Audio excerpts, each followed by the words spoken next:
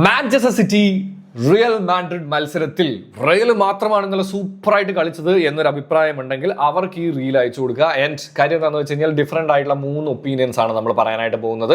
അപ്പോൾ നമ്മുടെ കണ്ടന്റ്സും കാര്യങ്ങളും ഇഷ്ടമാണെന്നുണ്ടെങ്കിൽ ഇൻസ്റ്റയിലാണെന്നുണ്ടെങ്കിൽ ഒന്ന് ഫോളോ ചെയ്യുക, യൂട്യൂബിലാണെന്നുണ്ടെങ്കിൽ ഒന്ന് സബ്സ്ക്രൈബ് ചെയ്യാൻ ഓർപ്പിച്ചുകൊണ്ട് കാര്യത്തിലേക്ക് കിടക്കണം. ഒന്നാമത്തെ പോയിന്റ്, സിറ്റിക്ക് ഇന്നലെ ജയിച്ചാൽ മതിയായിരുന്നു. കാര്യം എന്താണെന്ന് വെച്ച് കഴിഞ്ഞാൽ അവരുടെ ട്രാക്ക് എടുത്ത് നോക്കുകയാണെന്നുണ്ടെങ്കിൽ സാന്റിയാഗോ ബെർണബേയിൽ അവർക്ക് അങ്ങനെ ഇങ്ങനെയൊന്നും ജയിക്കാൻ സാധിക്കാറില്ല.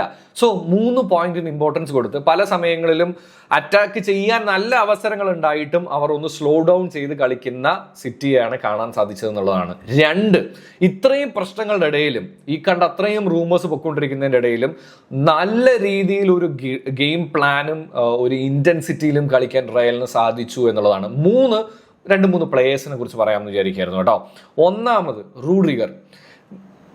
എന്തിന് എപ്പോഴും ഞാൻ പറയുന്നതാണ്, ഇപ്പോഴും ഞാൻ പറയുന്നു, റയലിനെ സംബന്ധിച്ചിടത്തോളം 11 നിങ്ങൾക്കൊരു എവർ റോളിംഗ് ട്രോഫി തന്നെയാണ്. രണ്ടാമത്തെ പ്ലെയർ എന്ന് പറയുന്നത് അൽവാരോ കരേരസ്. എൻ്റെ മോനെ, വാട്ട് എ പ്ലെയർ ഈസ്. സത്യം പറയില്ലേ, നമ്മൾ ലോട്ടറി അടിക്കുക എന്ന് പറയില്ലേ, റയലിന് കിട്ടിയിട്ടുള്ള ഒരു ബമ്പർ ലോട്ടറി തന്നെയാണ് കരേരസ് എന്നുള്ള കാര്യത്തിൽ ഒരു സംശയവും വേണ്ട.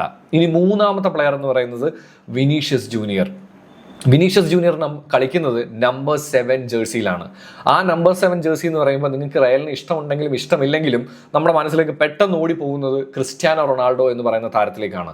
ആ താരം ഒരു ഗോൾ ഓപ്പർച്യൂണിറ്റി കിട്ടിക്കഴിഞ്ഞ് കഴിഞ്ഞാൽ അത് കൺവേർട്ട് ചെയ്യുന്നത് 10% ഉള്ളൂ, അല്ലെങ്കിൽ 5% ഉള്ളൂ എന്നുണ്ടെങ്കിലും അത് ചിലപ്പോൾ ഒരു ഷോർട്ട് ഓൺ ടാർഗറ്റിലേക്കെങ്കിലും എത്തിക്കും, ഏറ്റവും കുറഞ്ഞത്. എന്നാൽ നീ ഈ പറയുന്ന പോലെ ഫാൻസിനെ മോട്ടിവേറ്റ് ചെയ്യേണ്ട, മറ്റ് പ്ലേയേഴ്സുമായിട്ട് അടി ഉണ്ടാക്കേണ്ട, റെഫറിയുമായിട്ട് ഒരു ആവശ്യവും ഇല്ലെങ്കിൽ ചുമ്മാ ഷോ കാണിക്കേണ്ട എന്നൊന്നും പറയുന്നില്ല. പക്ഷേ ആ എടുക്കുന്നതിൻ്റെ 10% ഗോൾ കൺവേർട്ട് ചെയ്യാൻ എടുക്കപ്പാ. പിന്നെ റോഡ്രിഗോ, എന്തിനാണ് അവൻ ഈ 33 മത്സരങ്ങളും ഗോൾ അടിക്കാതിരുന്നതെന്ന് എനിക്ക് മനസ്സിലാവുന്നില്ല. സിറ്റിക്കെതിരെ, ഡോണറൂമയ്ക്കെതിരെ എന്ത് കൂളായിട്ടാണ് ഗോൾ അടിച്ചത്. ഇന്നലത്തെ മാച്ചും എന്ത് അടിപൊളിയായിട്ടാണ് പുള്ളി ഹാൻഡിൽ ചെയ്തതെന്നുള്ളതാണ്. സോ ഈ 3 കാര്യങ്ങളാണ് നമുക്ക് ഡിഫറെൻ്റ് ആയിട്ട് തോന്നിയത്. എന്തായാലും സാബി നിൽക്കുമോ ഇല്ലയോ എന്നുള്ള കാര്യങ്ങളൊന്നും അറിയില്ല. ഫാൻസിന് ഇതെല്ലാം തൃപ്തിപ്പെടുന്നുണ്ടോ എന്നുള്ളതും അറിയില്ല. പക്ഷെ എന്തായാലും ഇന്നലെ കണ്ടത് ഒരു അടിപൊളി മാച്ച് തന്നെയായിരുന്നു. നിങ്ങളുടെ അഭിപ്രായം താഴെ കമന്റ് കറൂ.